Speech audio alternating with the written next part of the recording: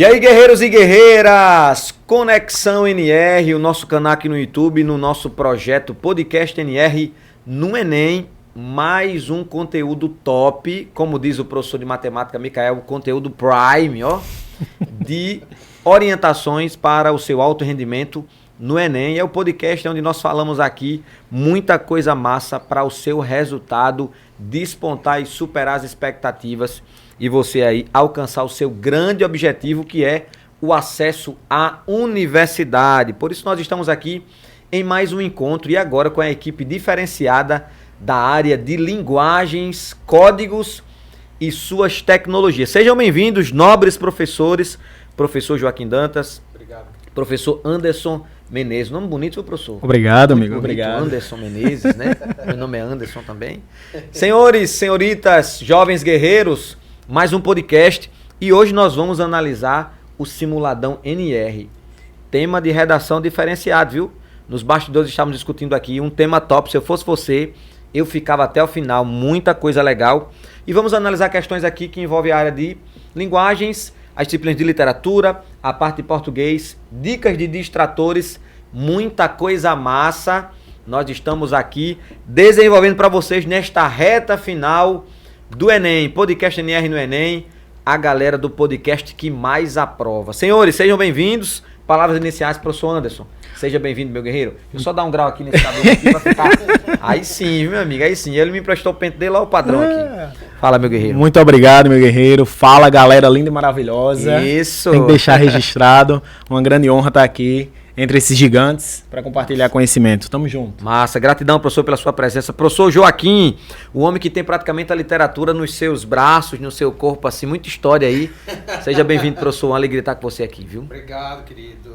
Para mim é um prazer estar aqui. É um prazer sempre estar discutindo essas questões e estar junto com os nossos alunos e todo mundo que estiver vendo esse vídeo agora, nessa reta final. É muito legal da gente estar discutindo o Enem e discutindo as questões no padrão Enem, que são as questões aqui do nosso simulado. Massa, massa, massa. Né? O nosso objetivo é justamente trazer essa cultura, a cultura do estudo, a cultura daquilo que vai lhe direcionar para o grande desafio. Manter a tranquilidade, estamos na reta final, são dicas importantes, comentários importantes. Se você quiser nos acompanhar, aí no link, na descrição desse vídeo, tem os arquivos em PDF, então você pode acompanhar. E vamos começar aqui com literatura. Olha que coisa massa, né? O nosso material, ele é focado nos conteúdos mais relevantes para o Enem. Por que mais relevante, Anderson? Porque nas últimas edições é o que é mais cobrado, não é isso, professores? Isso, exato. Existe uma recorrência, daí o nosso cuidado, nossa atenção para essa recorrência. Então nós temos aí o tema muito recorrente, que é o modernismo, não é isso? Isso. Tema da questão 26, já vai aparecer na sua tela. Eu abro um parênteses aqui para compartilhar um pouco da nossa revisão. Estamos nesse período tão especial de revisão. Temos revisão fase 1, 725 questões, material SAIS. Revisão fase 2, mais de 500 questões elaboradas pelos professores. Revisão fase 3, que é a nossa revisão por área. A galera aqui, ó, preparada para o resultado. Vamos lá? Provinha na tela, produção. Provinha na tela. Questão de número 26. 26. Olha aí o inglês, né? Muito bem, sendo representado aqui na área. Questão 26, professor Joaquim. Questão de modernismo, geração de 30. Isso. Questão na tela, arrocha o nó. Vamos lá, gente. Como sempre, né, eu já chamo a atenção para o fato de que toda questão na área de literatura, a gente tem que estar muito atento a 3 momentos fundamentais, e em qualquer desses 3 momentos que a gente não prestar atenção, a gente pode cair. Tá? Tem o texto literário, que é o grande vilão para algumas pessoas. Eu discordo plenamente, na verdade, para mim é o melhor momento da prova. Mas para algumas pessoas é o grande vilão porque a linguagem literária ela é mais complexa, ela é mais difícil de interpretar. Então, tem muito aluno que vai focar profundamente na questão da interpretação literária, e claro, tem que focar mesmo. Mas os outros 2 passos são também fundamentais. Se a gente não prestar atenção no enunciado, o enunciado ele recorta, ele delimita pra gente qual é o assunto que ele está perguntando. Então não é que você vai ter que interpretar o texto inteiro. Você vai ter que interpretar algo que está sendo indicado no enunciado. E claro, nas alternativas a gente tem que ter muito cuidado também, porque às vezes uma palavrinha muda tudo, né? Como eu falo, o Enem adora usar um só que não no finalzinho da alternativa. Ele fala um monte de verdade e aí no fim ele manda um só que não, aí você não lê o só que não, Perde a questão. perde a questão. Atenção total. Perfeito, Né? perfeito. Então tem que ter muita atenção. Então vamos lá. A gente começa com um trecho de um romance do que ficou conhecido como romance regionalista de 30 aqui no Brasil, ou romance proletário de 30, como é mais menos recorrente se ouvir esse termo no ensino médio. No entanto, é um termo que é muito mais preciso, que a gente usa, os estudiosos do romance de 30 hoje usam muito mais. Então vamos lá. Era o êxodo da seca de 1898. Uma ressurreição de cemitérios antigos, esqueletos redivivos, com o aspecto terroso e o fedor das covas podres.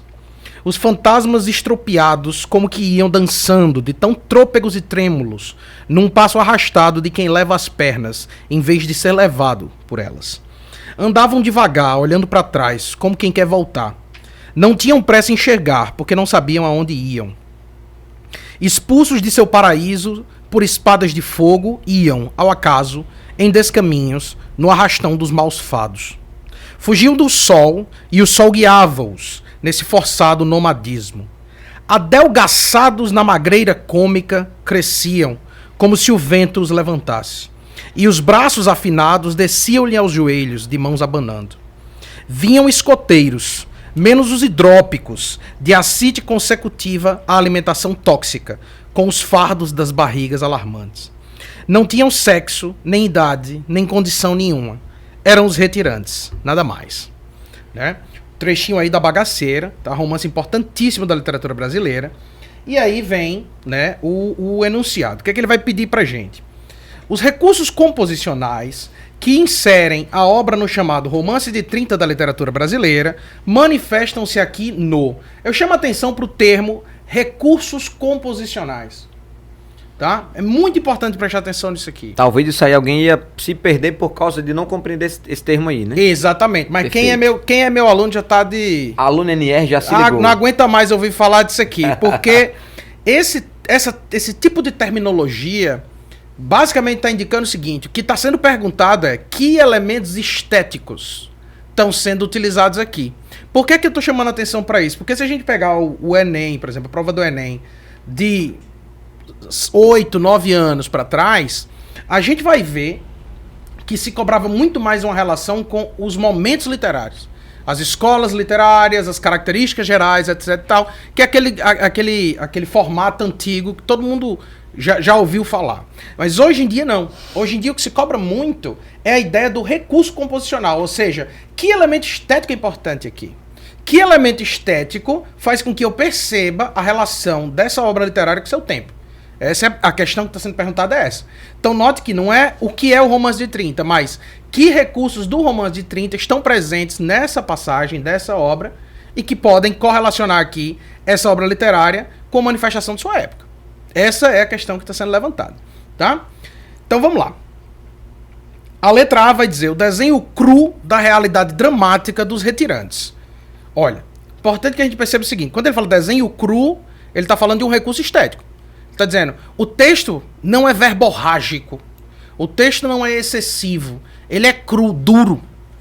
A descrição que ele está fazendo desses sujeitos é uma descrição dura. Se a gente for aqui para o final, por exemplo, quando ele diz, não tinham sexo, nem idade, nem condição nenhuma, eram os retirantes. Ou seja, eram sujeitos colocados numa condição de massa disforme, sem nome, sem identidade.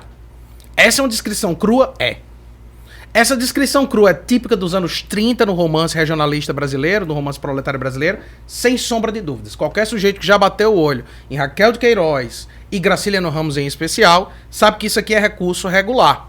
Inclusive é lugar batido falar desse tipo de descrição. Então a gente até aqui tá tudo certo. Da realidade dramática, a realidade dramática é tensa, violenta, a gente tá falando de gente aqui que vai ficando tão magra que parece que vai ser levado pelo vento. Dos retirantes. Tudo certo. Show. Tudo certo.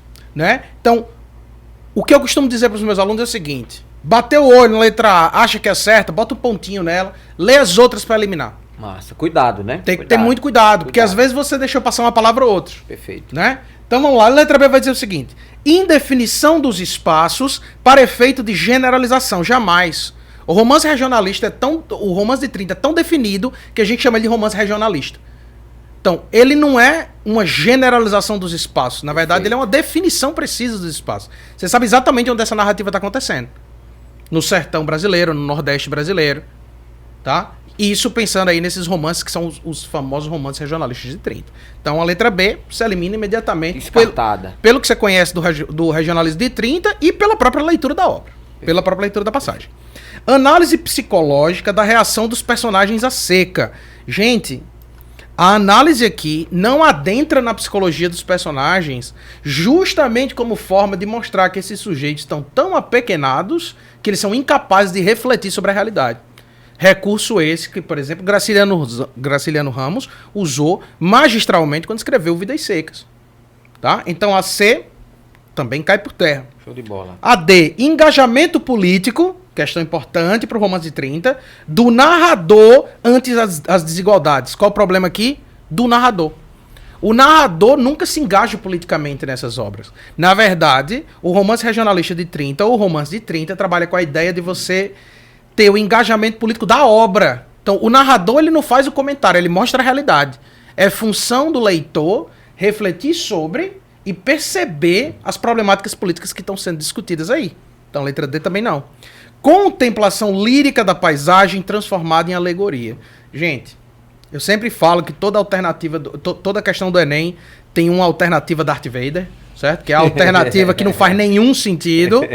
A letra E, quando fala de contemplação lírica e de alegoria, de transformação alegórica no romance de 30, teria que ser uma passagem muito específica para quebrar as pernas da gente, tá? Para essa alternativa S é a verdadeira. Então, eliminei todas as outras pela obviedade. A letra A já tinha sido a alternativa que para mim parecia mais verdadeira e efetivamente é o nosso gabarito. É letra A.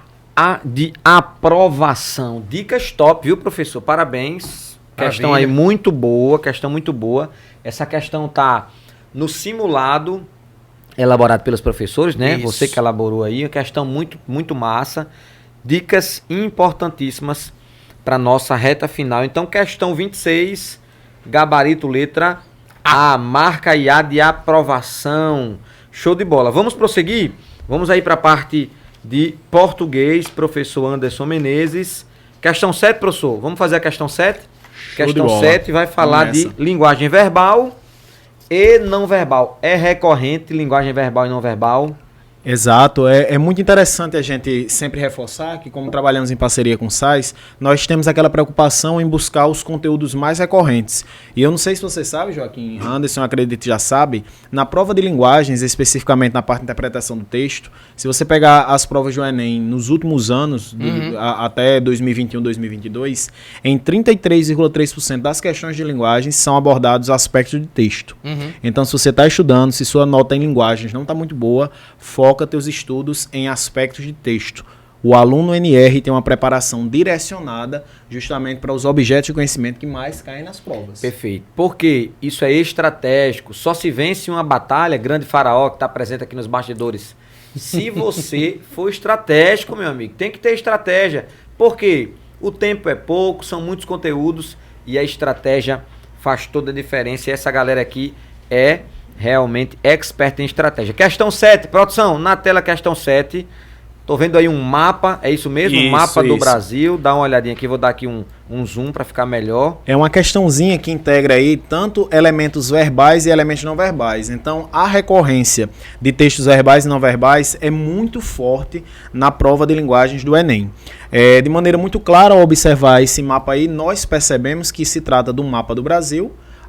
Na parte interior você tem aí simulando aquela parte dos classificados dos nossos jornais impressos e bem ao centro, de maneira destacada em caixa alta, você tem aí a palavra vendido, certo? Como enunciado, nós temos o seguinte: a imagem é um poema processo de Bienor Paulino da Costa. Esse tipo de poema está associado a um movimento que defende a poesia como informação e comunicação de massa e expressão de liberdade criadora. Além disso, o termo processo refere-se às leituras de linguagens verbais e não verbais. Esse poema é composto de imagem e texto. Observando, reconhece que o poema processo, aí vamos analisar as alternativas com bastante atenção aos distratores para, de maneira objetiva, identificar o erro em cada uma delas. Na letra A nós temos, pode ser caracterizado por imagens de impacto que contêm informações e por textos que se relacionam diretamente à imagem, permitindo que se compreenda o processo de criação do poema. Alternativa errada, não temos essas imagens de impacto. Além disso, na letra B temos, encerra em si a plenitude da composição de uma poesia da mais clássica à mais moderna, revelando também a poética dos poetas, aquilo que elas defendem como forma de composição poética e criadora. Joaquim já olhou para mim aqui rindo totalmente. Essa aí nada a ver, né? Nada a ver. Darth Vader, essa é Darth Vader. É, Darth Vader, né? Letra C. Inaugura em cada poema um processo informal e estético, voltando-se para a linguagem concreta e prendendo o poeta a uma estrutura de imagem que delimita toda a criação. Alternativa errada também. Na letra D nós temos, é fruto da criação poética, apresentando elementos objetivos desse gênero e garantindo seu papel de decodificação por parte do leitor. A alternativa correta, era fundamental perceber que o mapa em si se trata do mapa do nosso querido Brasil. E por fim, a letra E diz, não segue critérios ou ordens, deixando de pertencer a qualquer movimento literário, já está totalmente eliminada pelo começo do enunciado. Questãozinha tranquila. Dá pra gente fazer, meu guerreiro. Perfeito. Atenção aí à linguagem verbal e não verbal, né? Você precisa perceber o que a questão deseja, mas como disse Anderson, distratores, muita atenção. A proposta, o comando é, observando, reconhece-se que o poema processos. E aí é uma continuidade, né? Perfeito. Então você precisa entender, não tem 2 pontos, é uma continuidade. Muita atenção. Então gabarito, letra D de decisão, de determinação. Show de bola. Vamos avançar? Bota a gente na tela aí, produção. Galerinha, prova de linguagens, para você que está chegando agora. Tem um link aí na descrição. Se você ainda não se inscreveu no canal, Conexão NR, se inscreve, ativa aí o sininho para receber as notificações, para você receber o conteúdo em primeira mão. Conteúdo maravilhoso. Compartilha com seus colegas aí para continuar avançando. Questão de número 33. É isso mesmo, professor? Isso. 33. Modernismo, que é um tema mais que recorrente. E agora Isso. geração De 22. de 22. Então vamos lá. Questão de número 33 para analisarmos, professor Joaquim. Isso. Professor Joaquim Dantas. Produção, questão na tela, questão 33. Pode arrochar ou não? Vamos lá. Modernismo é um tópico super recorrente, certo? As várias gerações do modernismo é um tópico super recorrente no Enem, indiscutivelmente. Mas uma coisa que eu acho que é importante a gente lembrar sempre, que é o seguinte, não se entende desconstrução sem ter entendido construção. Perfeito. Ou seja, não tem como você saber que o objeto está desmontado se você não conhecia o objeto em seu formato original. E modernismo é desarticulação. Sempre. Então, para entender modernismo, a gente precisa entender o clássico. Perfeito. Precisa ter passado pelo clássico, né? E eu digo isso porque é uma falha que eu noto de, às vezes, muitos alunos de dizer assim, cai muito modernismo, então vou estudar só o modernismo. Mas se você só estuda o modernismo e pula a parte do clássico, a parte da tradição, você acaba não entendendo direito o que é que está sendo criticado lá. Você não pega a referência, né? Então é importante a gente ter essa noção aqui. Essa questão aqui, 33, vai dialogar justamente com isso. É uma questão plenamente resolvível se você for um bom intérprete, certamente. Conhecer a história da literatura brasileira facilita um bocado de resolver essa questão. Joaquim, gostei demais da dica que você deu aí. Volta para a tela aí, produção, por gentileza, a gente aqui. Olha que dica top. Como é que eu vou conhecer o modernismo, se é uma desconstrução, se eu não conheço de fato aquilo que veio antes? Exato. E olha que dica top. Talvez, na hora que você tem esse insight aí, essa orientação, vai fazer sentido. Claro, o seu estudo. Então, com certeza. Dica de ouro. Eu preciso entender o clássico. Isso. Para poder conhecer e captar de fato o que o modernismo deseja. Então, cada geração tem esse contexto de desconstrução. Show. Então, o que era antes? Para eu poder entender esta construção. E agora, geração de 22, questão 26. Questão 33. Então, vamos lá. A gente tem um trecho de um poema do Murilo Mendes. Aliás, é o poema do Murilo Mendes, tá? No livro chamado História do Brasil. E o poema se chama O Farrista. Então vamos lá, esse poema é maravilhoso, ele é a cara da geração do 22. Quando o almirante Cabral pôs as patas no Brasil, o anjo da guarda dos índios estava passeando em Paris. Quando ele voltou de viagem, o holandês já estava aqui. O anjo respira alegre, Não faz mal, isso é boa gente, vou arejar outra vez. O anjo transpôs a barra, diz adeus a Pernambuco, faz barulho vulco-vulco, tal qual o Zeppelin. Mas deu um vento no anjo, ele perdeu a memória e não voltou nunca mais. Né? Assim, irônico até onde dá pra ser, né? Então vamos lá. A obra de Murilo Mendes situa-se na fase inicial do modernismo, também conhecido como a geração de 22, a geração heróica, a geração de demolição, etc. e tal. Cujas propostas estéticas, olha aqui, ó, redizendo a mesma coisa da questão anterior. Perfeito. E essa recorrência é marca das provas do Enem atual.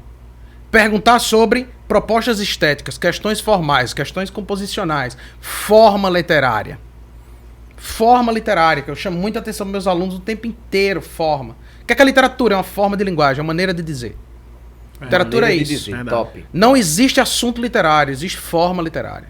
A literatura pode tratar de qualquer tópico, qualquer assunto. Mas a maneira como ela diz é que é literária. Né? Então o que ele está perguntando aqui é as propostas do modernismo que aparecem no poema pelo eu lírico. É isso que ele está perguntando. Né? Eu gosto de dizer para os alunos o seguinte: você não entendeu a pergunta? Lê ela de trás para frente.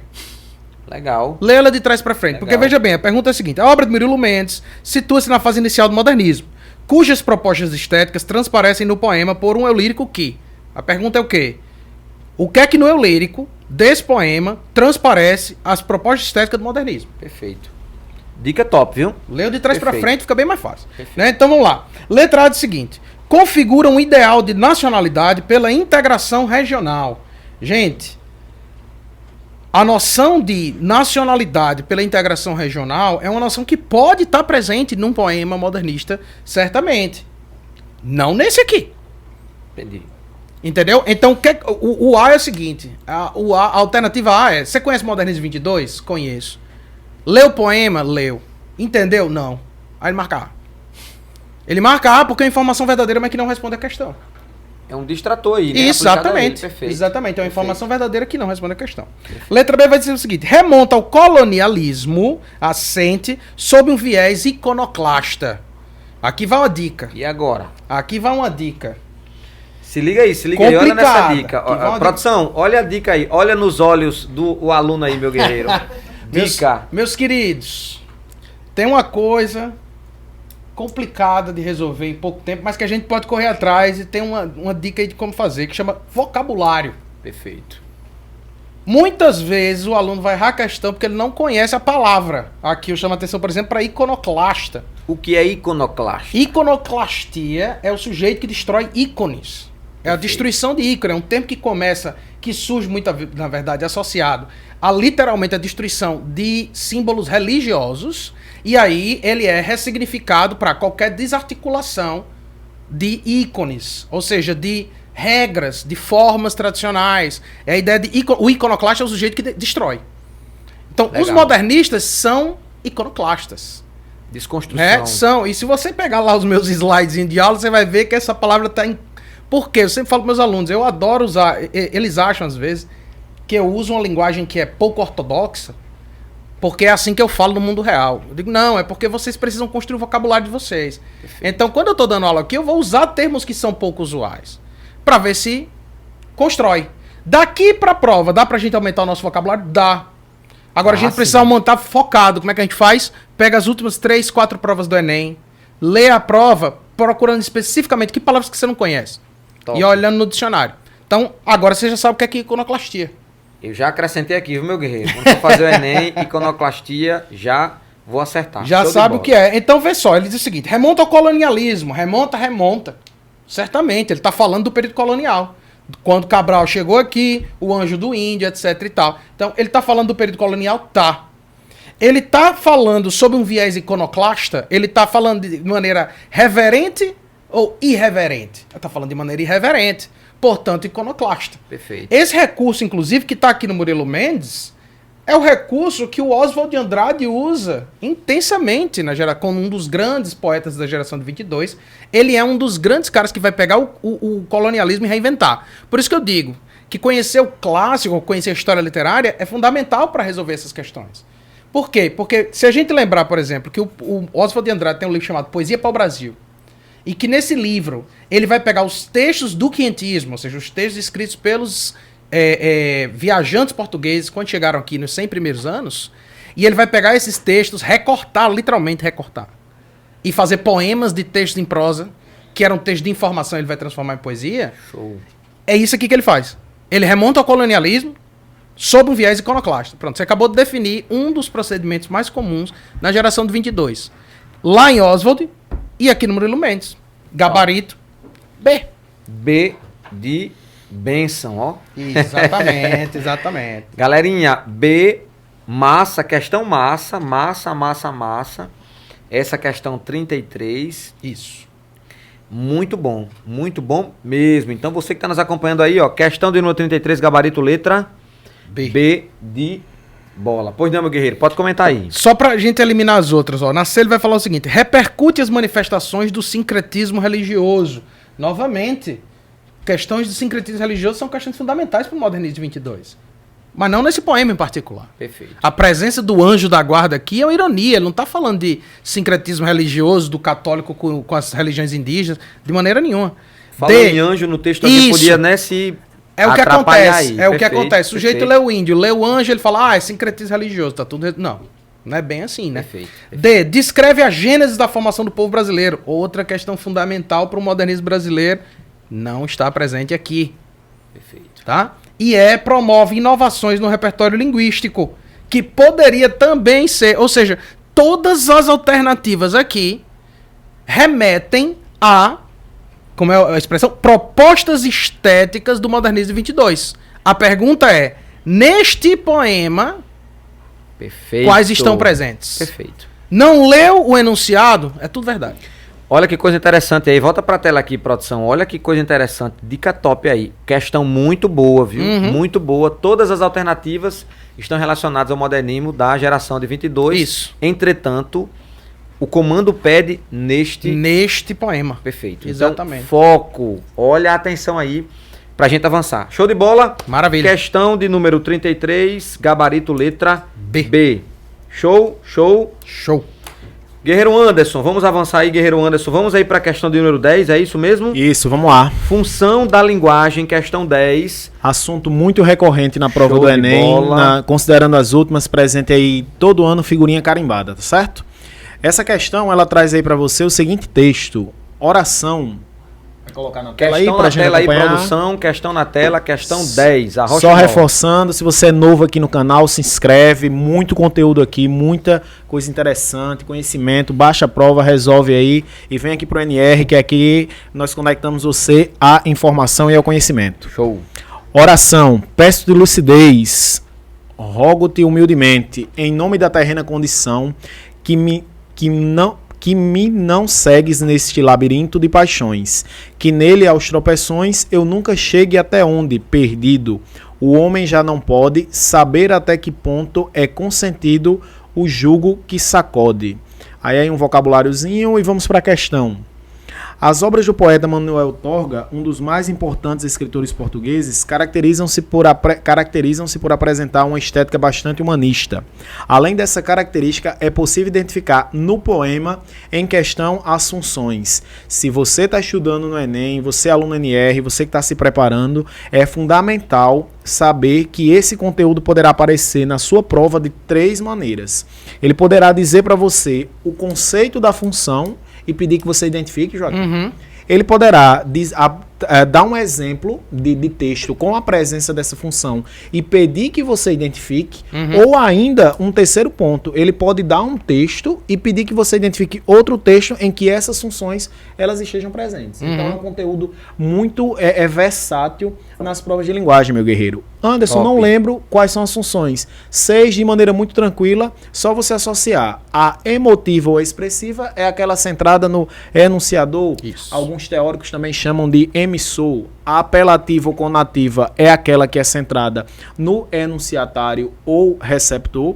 A metalinguística é aquela que utiliza o código para abordar o próprio código. Isso. A fática é aquela que apenas testa o canal de comunicação. A poética é aquela que tem um cuidado estético maior com o texto em si. Exato. E a referencial é aquela que aborda de maneira mais concisa, mais objetiva o contexto da comunicação. Se agora você lembrou das funções da linguagem, fica muito fácil você perceber que a alternativa correta é a letra B, apelativa, poética e expressiva, pois o sujeito lírico dirige-se ao Senhor fazendo um pedido, ou seja, apelativa.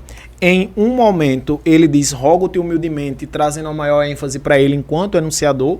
Então ele vai trazer aí uma passagem expressiva e a própria construção do texto estética, ela evidencia a função poética, explora seus sentimentos e recorre a figuras de linguagem. Não é isso, meu querido Joaquim? É exatamente isso, rapaz. É interessante você trazer uma questão como essa, porque muita gente não sabe, mas as funções da linguagem foram desenvolvidas para tentar descobrir o que é poesia. Exato. Legal. Os formalistas russos desenvolveram essa noção de funções da linguagem, era para tentar entender o que é poético. Né? E aí tem uma confusão que muita gente faz, quer dizer assim, o que é poesia, o que é literatura? É emoção. Ora, a função emotiva é outra. Por isso que eu digo, olha, a gente expressa emoção de inúmeras formas. Se eu dou uma topada e dou um grito de dor, é a minha emoção. Perfeito. Que está sendo expressada. Perfeito. Mas não é um poema. Para ser um poema, a função emotiva tem que estar associada à função poética. Perfeito. Se não tiver a função poética, ou seja, se não tiver a preocupação com o texto, não é poesia. Perfeito. Perfeito. Emoção é diferente, né? Exatamente. Show de bola, gabarito. Letra B de bola, exato. Questão de número 10. Show de bola. Professor Joaquim, vamos aí para a nossa última questão deste encontro. Podcast NR no Enem, conteúdo top para você. Teoria da linguagem, questão 45. Questão 45 Isso. do nosso simuladão. Estamos aqui procurando a questão 45. Você, aluno NR, já fez esse simulado. Simulado aplicado no domingo, com aquela atmosfera do dia da prova do Enem. Exato. Documentação, o horário da prova, aquele horário bem inconveniente do domingo, mas é justamente para treinar você, uma participação expressiva. Parabéns você, guerreiro, que participa dos projetos, você que se dedica, você que se envolve, porque a sua aprovação começa hoje. Não é só no dia da prova não, sua aprovação vem de todo esse período aí de você se engajando. Eu sei que é cansativo para você, é cansativo para a gente, é um ritmo forte, Exato. mas vale a pena demais, né? O resultado estaremos aqui comemorando com você. Questão 45, teoria da literatura, é isso? Isso, teoria literária. Exatamente. Muito bem, teoria literária, questão 45, procurando aqui na prova, show de bola. Questão na tela, produção, por gentileza. Questão 45. Questão boa. Vamos lá. Questão começa com um texto não literário dessa vez, né? Um texto crítico, mas sobre literatura. É curioso, né, Anderson, que na prova dita prova de língua portuguesa, né? Na parte dos conteúdos de língua portuguesa, utiliza-se poesia para discutir outras questões, como função da linguagem, por exemplo. Mas na prova de literatura a gente também utiliza outros textos que não o literário, mas para discutir literatura. Verdade. Para discutir arte. Né? Então aqui a gente começa com um texto que diz o seguinte. Eu começaria dizendo que poesia é uma questão de linguagem. Ei, gente, não foi de propósito não, viu? Eu não escolhi para ficar batendo nessa tecla não. Mas quem é meu aluno sabe. A importância do poeta é que ele torna mais viva a linguagem. Carlos Drummond de Andrade escreveu um dos mais belos versos da língua portuguesa com duas palavras comuns, cão e cheirando. O verso é o seguinte: um cão cheirando o futuro. Beleza. E agora? Belíssimo verso, realmente. O Drummond, eu sempre falo que se existe poeta melhor do que o Drummond na língua portuguesa, e eu estou falando na língua portuguesa, incluindo Portugal, eu desconheço. Certo? Drummond é um gênio absoluto. E se é Joaquim que tá falando, meu amigo, então eu também desconheço, viu? É Joaquim que tá dizendo, eu desconheço. Doutor é outro nível. É verdade. Então vamos lá. O que deu ao verso de Drummond o caráter de inovador da língua foi... Tá? Então, no texto há uma afirmação. Drummond escreveu usando duas palavras simples um verso extremamente inovador, que é o que torna esse verso extremamente poético. Né? É a originalidade desse termo aí. Ó, essa explicação aqui, ela já nos resolve o problema, já nos resolve a questão, tá? Que elemento de originalidade está sendo trazido para dentro desse verso, tá? Que classifica ele como profundamente poético. O que deu ao verso de Drummond o caráter de inovador da língua foi: letra A, o modo raro, ou seja, pouco usual, como foi tratado o futuro, entre aspas aí, ou seja, o termo futuro. Foi tratado de modo raro aqui no texto? Veja bem, futuro tem cheiro? Não. Futuro pode ser caçado por um cão a partir do olfato? Não. É uma maneira profundamente pouco usual de se pensar na ideia de futuro. Perfeito. Ah, pode ser verdade? Parece-me que sim. Vamos ver, né? Parece-me que sim. A B diz o seguinte: a referência ao cão como animal de estimação. Veja bem. O cão como animal de estimação nem está presente no verso e nem é inovador. Eu mesmo Tem nada a ver. tive um cachorro por 21 anos. Né? Então, assim, a coisa mais comum do mundo é o cão como animal de estimação. Então, normal, jamais, perfeito, a B, jamais. A C vai dizer o seguinte: você vai adorar essa, Anderson. A flexão pouco comum do verbo cheirar. Oxi. Gerúndio. É porque aparentemente não se usa o gerúndio na língua portuguesa. É raro. Entendeu? É o equivalente a uma mesóclise. Né? Então não, pelo amor de Deus, a gente usa o gerúndio o tempo inteiro, né? Eu até brinco com os alunos que eu digo: como é que eu sei que uma pessoa é lá de nós? É quando ela usa o gerúndio sem o D, né? Que a gente fala fazendo.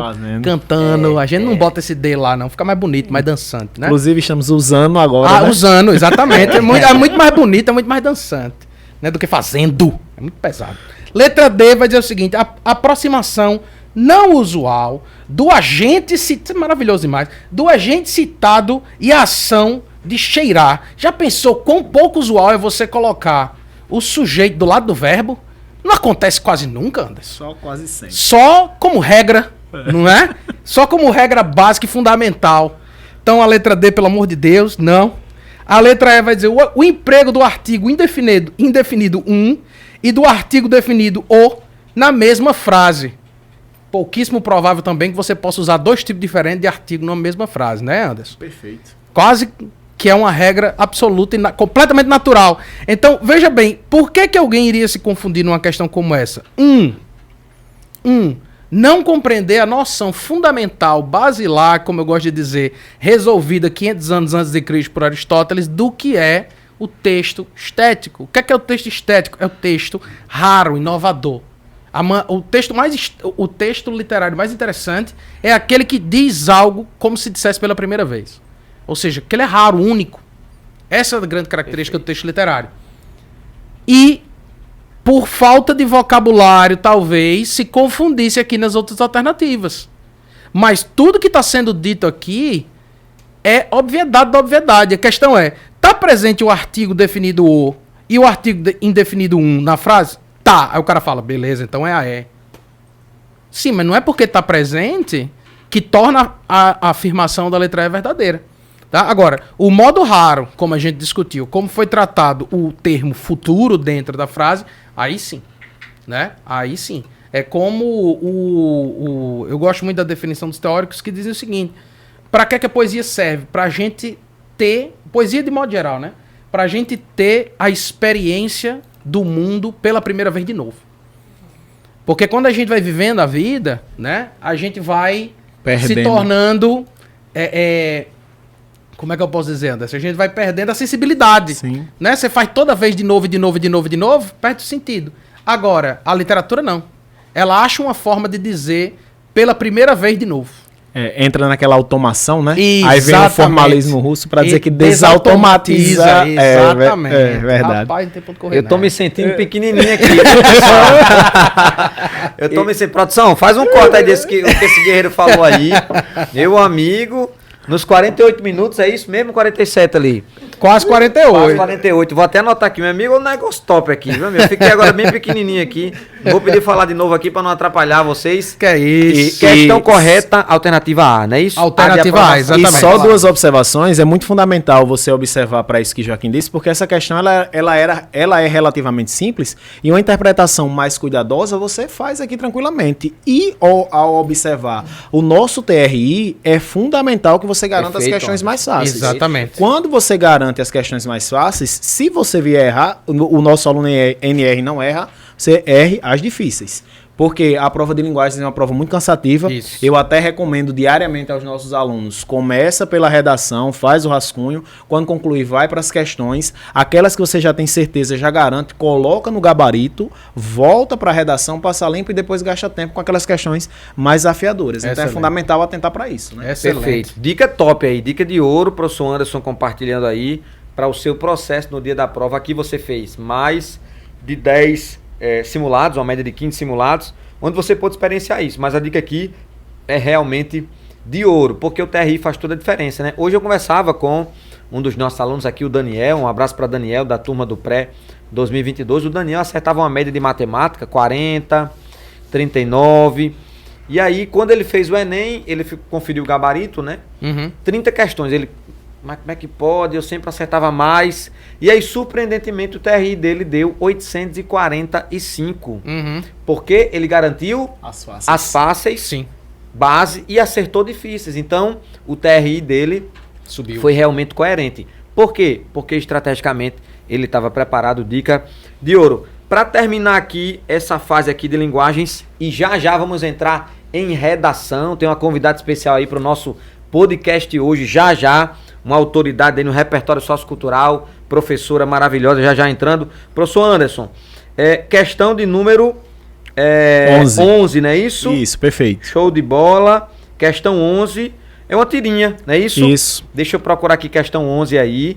Vamos lá, fica à vontade, professor Anderson. Tranquilo, é uma questãozinha recorrente, né? Os textos não verbais estão presentes na prova do Enem, muito tranquilo. Mas aqui é fundamental que a gente atente para os distratores. Então, Tirinha do Dama, né? Hã? Uma tirinha do Dama, Isso.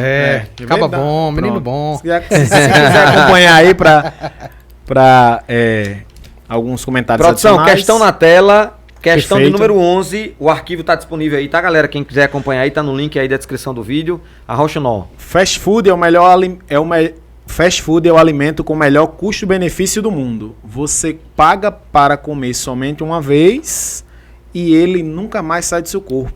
Então você tem aí toda o contexto aí da ideia da alimentação saudável, né? De todos os comportamentos, hábitos sedentários e alimentares em relação ao fast food.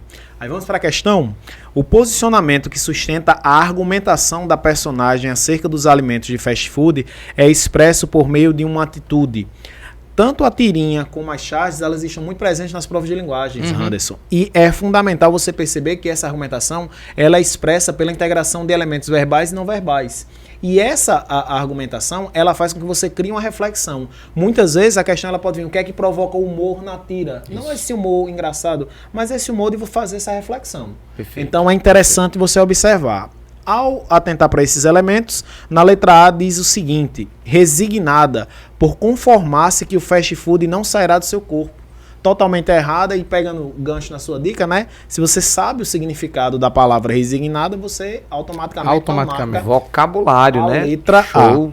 A. Na letra B, alienada, já que a personagem desconhece o tempo de digestão do fast food. É justamente o oposto. Exato. A questão tá, a tirinha ela evidencia o contrário. Se você é uma pessoa alienada, você não consegue fazer essa análise mais cuidadosa, e não é isso que se propõe. Letra C, crítica expressa por meio de ironia sobre o custo-benefício que o fast food apresenta. Opa. Isso está muito claro. Resposta correta, letra C. Você paga para comê-lo somente uma vez e ele nunca mais sai do seu corpo em relação às toxinas que esse tipo de alimentação, se você tem uma dieta rica nesse tipo de alimento, você acaba ingerindo. A letra D, totalmente errada, indignada por meio da contra-argumentação. E a letra E, otimista por meio de pontos positivos em relação ao custo-benefício, é totalmente equivocada. Então aí, questão 11, alternativa correta, letra C.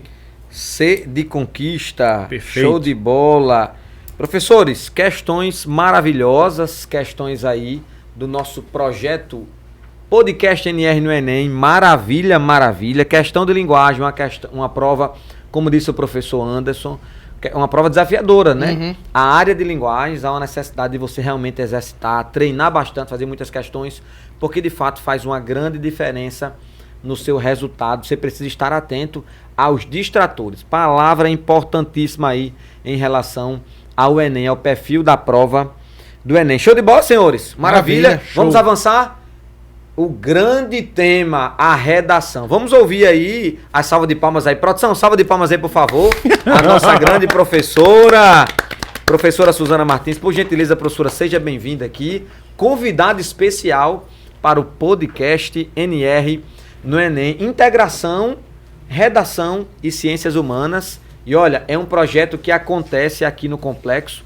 Essa integração da argumentação na redação. Anderson, eu posso utilizar um repertório ali sociocultural na prova? Você só pode, você tem que usar. Você deve. Porque aqui, essa é a nossa orientação. Anderson, tema de redação que nós aplicamos nesse simulado. Qual é o tema? Você teria como postar? Teria Agora. Produção, tô abrindo aqui o tema. Temazinho bem interessante. Nós temos aí os desafios da interculturalidade na sociedade brasileira, certo? De maneira bem rápida, só para que a gente entenda aí, vamos dar uma olhada nos textos motivadores. Esse é um tema que chama atenção a palavra interculturalidade, né? Se você não tem o conhecimento, se você não tem esse conceito, dificilmente você vai conseguir fazer as conexões com aquilo que a gente espera que seja a sua proposta de redação. De maneira rápida, no Brasil, a presença de diversas culturas é sentida e vista no prato, de modo de vestir até mesmo a forma de falar. Esse entrelaçar de culturas e nacionalidades, que inclui povos africanos originários e europeus, cria o que alguns estudiosos chamam de interculturalidade. A interculturalidade é um constante convite à reflexão da nossa cultura e identidade. A proposta é que diferentes culturas possam conviver juntas, aprendendo umas com as outras, integrando-se democraticamente, sem anular suas diferenças, explica o linguista José Luiz Landeira. Como texto 2, nós temos aí o inquérito concebido pela Superinteressante em 2018, identificou que, levado ao espelho, o brasileiro dá de cara com uma imagem perturbadora, a sua própria identidade em desordem. Já pensou aí? Que filosófico? Exato. Ele parece ter perdido a confiança em suas qualidades. E em um tribunal em que juiz, promotor, réu e advogado são, por definição, a mesma pessoa, as condenações predominam. Ao relacionar as características essenciais da população, metade dos entrevistados apresentou apenas defeitos. Isso é bem preocupante. A todos se atribui alguma culpa no cartório. Paulistas, gaúchos e mineiros estão em alta. Cariocas e baianos em baixa. E um resultado em particular vai ao fundo da crise da autoestima. A afinidade com estrangeiros radicados no país não aumenta uma vírgula pelo fato de serem eventualmente parecidos com brasileiros. Como texto 3, nós temos aí, no contexto brasileiro, um país plural composto por diversos povos, culturas e crenças, falta de conhecimento sobre outras culturas continua criando situações de intolerância. Vale lembrar que qualquer tipo de intolerância fere a Declaração Universal dos Direitos Humanos, pois o documento define a garantia dos direitos fundamentais dos seres humanos sem distinção de cor, sexo, língua, etnia, religião, opinião, nacionalidade ou classe social. A professora Francis Rose Barbosa, da Faculdade de Filosofia da USP, concorda que falta espaço nos materiais didáticos para abordar a interculturalidade no Brasil. Com relação ao universo digital, ela diz que mídias sociais reproduzem essa ausência de conhecimento nos mais diversos espaços e situações cotidianas por meio de ações intolerantes e discursos de ódio. Aí ele vai trazer os vetores da interculturalidade, educação, língua, comunicação e conteúdos digitais. Vamos dar boa noite à nossa convidada. Vamos dar um olá aqui para a nossa convidada, né? Isso. Seja bem-vinda, Seja bem-vinda. Olá, gente. Muito obrigada. Olá para todos os nossos alunos que estão nos acompanhando e para aqueles que também não são os nossos alunos. Muito legal esse projeto da escola, enxergar a educação para fora dos muros da escola, para todos. E, bom, tema extremamente pertinente. Aí a gente já joga, né? E aí, Suzana, o que escreve aí? E agora, professora, o que eu coloco aí? Se a gente perceber, dentro dos textos motivadores, fala dos espaços de poder. E nos espaços de poder nós encontramos as mesmas pessoas. Então não há diversidade nos espaços de poder brasileiro. E a gente tem que lembrar que 51% da população brasileira, segundo o IBGE, é negra. Perfeito. E também esse número é bem equivalente à questão das mulheres. Também estamos presentes aí na maioria numérica na nossa sociedade. Mas somos minorias nos espaços de poder. Por isso que nós somos chamados de grupos minoritários. E, bom, trazendo o repertório sociocultural, a temática ela é bem clara. Ela fala do conceito de interculturalidade. Então, o que é essa interculturalidade? É a relação, o diálogo, o encontro entre a minha identidade e as diferenças sociais. Então, identidade é sobre o eu, diferenças é aquelas diferenças que aparecem a partir dos padrões estabelecidos. E aí nós entramos nos desafios. Por quê? A sociedade brasileira é uma sociedade que viveu mais de 300 anos no modelo escravocrata. Então, se nós temos 523 anos de história, mais da metade da nossa história enquanto povo foi no modelo escravocrata. E isso gerou impactos e gera impactos ainda hoje. E aí, trazendo para vocês esse entendimento, tem 2 autores da sociologia, tanto Gilberto Freire, que escreveu Casagrande Senzala, ali na década de 30, e o Darcy Ribeiro, que escreve O Povo Brasileiro no período da ditadura militar aqui no Brasil. Suzana, segura só um pouquinho. Claro. Você que é nosso aluno NR, você que está se preparando para o Enem, você tem que lembrar sempre. A prova de redação do Enem, ela é corrigida, melhor dizendo, segundo algumas competências. E para que você consiga uma nota 900+, é fundamental você seguir alguns passos. Primeiro passo, na introdução, faz aquela contextualização. Traz aquela alusão histórica, traz aquele conceito, aquela definição, aquela série, aquela contextualização sólida para começar o seu texto. Feito isso, a apresentação da temática e a tese, com aqueles 2 pontos argumentáveis. Antes de chegar nessa argumentação que Suzana muito bem já trouxe para a gente, é fundamental que você antecipe isso na sua introdução. Feito isso, a sua argumentação ela precisa ser construída da seguinte maneira: tópico frasal, uma fundamentação com um dado, com um filósofo, com um sociólogo, com alguém que dê embasamento, que fundamente esse seu argumento e esse seu ponto de vista. Em seguida, você faz um fechamento conclusivo do seu parágrafo. Repete essa mesma estrutura no segundo parágrafo de argumento e finaliza na conclusão com aqueles 5 elementos: ação, agente, efeito ou finalidade, modo ou meio e o detalhamento. Aí, antes de passar para você para a conclusão, e eu até chamo o Joaquim aqui para a conversa, que tal a gente trazer um triste fim de Policarpo Quaresma para essa introdução, para aquele protagonista conceber esse mundo ideal que vai de encontro justamente a isso que ela disse, né? Ou então, de repente, você traz um Martin Luther King para começar um texto que ele pensava numa sociedade ideal e, em contrapartida, não vemos isso na nossa realidade aqui. Sim. Antes de passar a palavra para você, fica claro para todo mundo, diante de tudo que a gente está conversando aqui, o descaso governamental e o preconceito que é enraizado na nossa Constituição, na nossa construção enquanto povo. É isso? Perfeito. Uma redação com isso tudo aí, meu amigo, não tem como tirar menos de 980. Aluno NR está pronto. Professora, por favor, Suzana. Sim, voltando nessa questão do repertório, o Gilberto Freire, em Casagrande Senzala, qual é o grande objetivo da obra? Ele é revolucionário, apesar de muitas críticas feitas ao autor, principalmente pelo conceito que sai a partir dessa obra, que é o de democracia racial, que a gente sabe que não há no Brasil a igualdade racial, senão não estaríamos em 2023 construindo a redação dessa. Então, o Darcy Ribeiro, o Gilberto Freire, um dos objetivos da obra dele é mostrar as relações culturais entre os povos africanos, portugueses e indígenas e a importância de todos eles. Inclusive, hoje de manhã estava em sala fazendo com os nossos alunos do NR uma questão do Gilberto Freire justamente sobre a importância da cultura indígena para a formação do povo brasileiro. Então, vocês podem trazer nesse repertório que nós somos um povo miscigenado. É claro que essa miscigenação não foi tão positiva assim para determinados grupos sociais, que é aí onde entra a grande crítica do Darcy Ribeiro, tanto para o Gilberto Freire quanto para as outras pessoas que acreditam que a miscigenação é algo muito positivo para o Brasil. Darcy Ribeiro, na obra O Povo Brasileiro, ele vai trabalhar com 2 conceitos extremamente importantes, que é o conceito de transfiguração étnica e o conceito de ninguémdade. O que é transfiguração étnica? É compreender que, sim, nós passamos por um processo de miscigenação, mas tanto os povos indígenas quanto os africanos tiveram que negar a sua própria identidade, ou seja, o seu próprio eu, para conseguir sobreviver em um ambiente hostil. Então, por exemplo, nas religiões afro, nós temos o sincretismo religioso com o catolicismo. Então, eu vou chamar agora aquele Exu, eu vou chamar aquele Deus, a minha divindade, de Jesus, de Nossa Senhora, para eu conseguir construir e continuar o meu culto. E assim você tem a religião brasileira, que é a Umbanda. A Umbanda surge a partir desses sincretismos religiosos. Então isso é o processo de transfiguração étnica. E outro conceito super importante que ele trabalha na obra é o conceito de ninguémdade. Ele vai dizer que antes do brasileiro ser brasileiro, nós somos ninguém. O que é esse ninguém? Nós não somos nem indígenas, nem africanos, nem portugueses. Então nós somos o quê? Nós somos ninguéms que surgiram a partir do sangue negro e do sangue indígena, lavrados nessa escravidão. E aí isso tudo gera a sociedade brasileira extremamente racista, construiu a partir de genocídio indígena.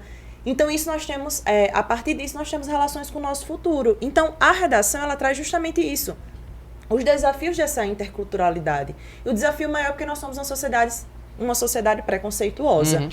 E aí é interessante, Anderson trouxe que no final da redação vocês precisam resolver esse problema, que eu sempre acho muito interessante. A gente vai tentar resolver grandes problemas. Sim, são as intervenções aí. Brasil, quais são as intervenções? Antes de resolver, só mais uma dica.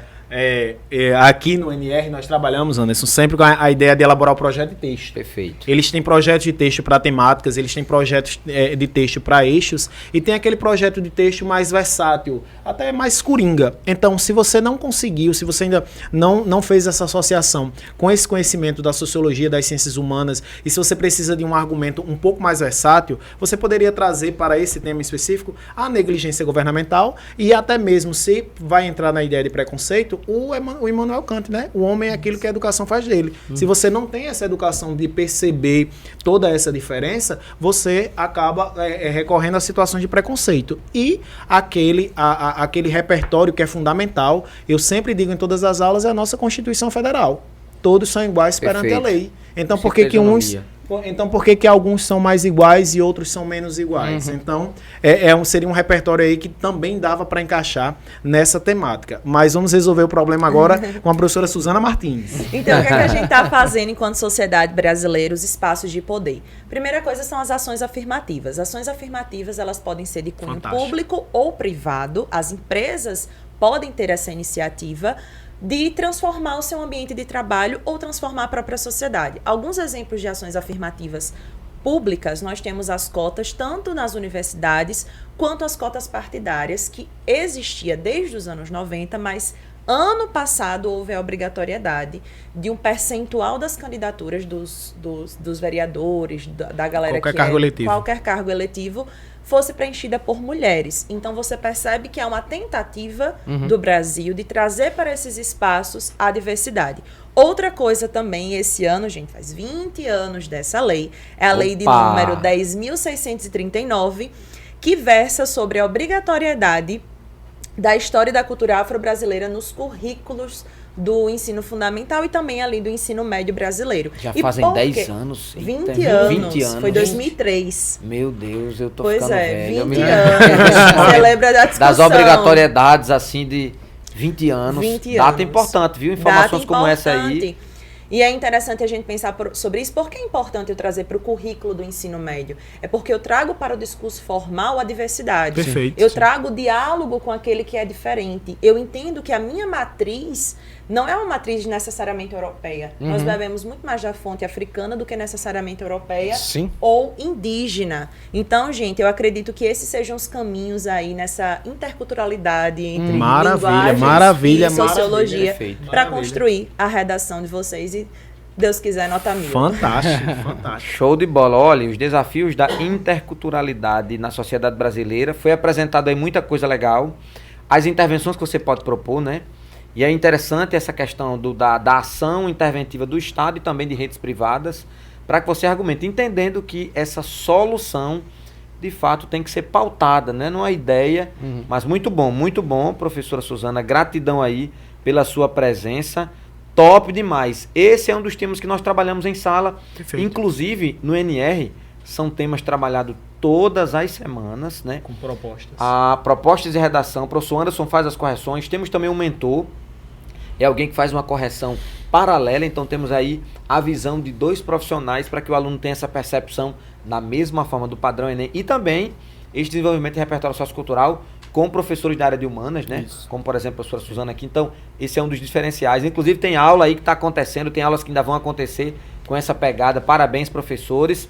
Maravilha! Estamos aí finalizando o nosso podcast NR no Enem. Produção textual, linguagem, muita coisa boa. Uma alegria estar com vocês aqui, viu? Gratidão pela presença. Demais. Quais são as suas considerações finais? É sempre uma honra, né? Estarmos aqui entre os gigantes, né? Você, o nosso Eita, gigante maior. As aqui. lendas da Eu tô começando a aprovação, achar que meu esse irmão. comentário pode meu peso.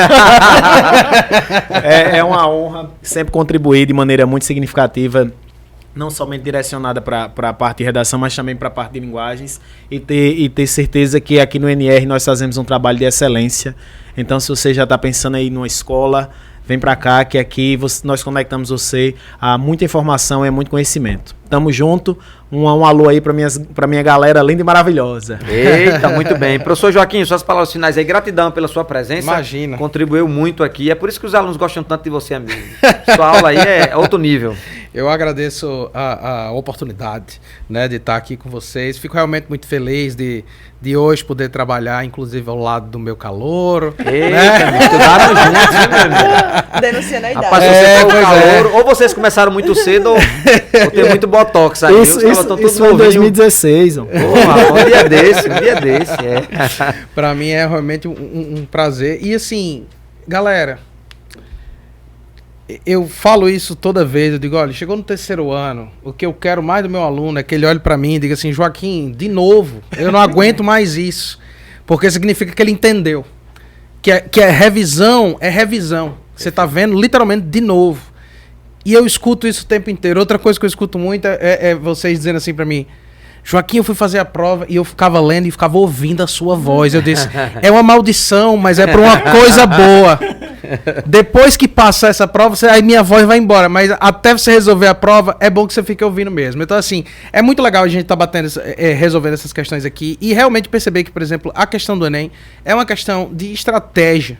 Porque a prova não é difícil, mas é uma prova cansativa.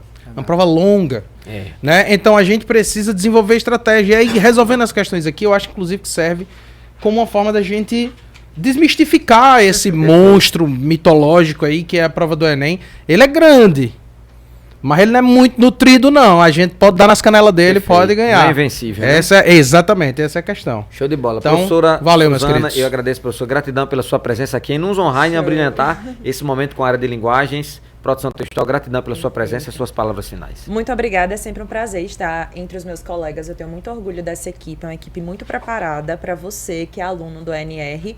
E eu também quero mandar um grande beijo para todos os meus alunos e lembrá-los que nós estamos nessa reta final. Então, por favor, não desistam de vocês e dos sonhos de vocês. Show. Sonho que se sonha junto se realize e nós sonhamos com esses Perfeito, alunos é verdade. todos os dias. Exato. Então, como vocês estavam falando que é uma prova difícil, é uma prova, é um gigante, mas que pode ser destruído, Derrubado, exatamente. nós destruímos em cada projeto, em cada simulado que nós estamos produzindo e fazendo.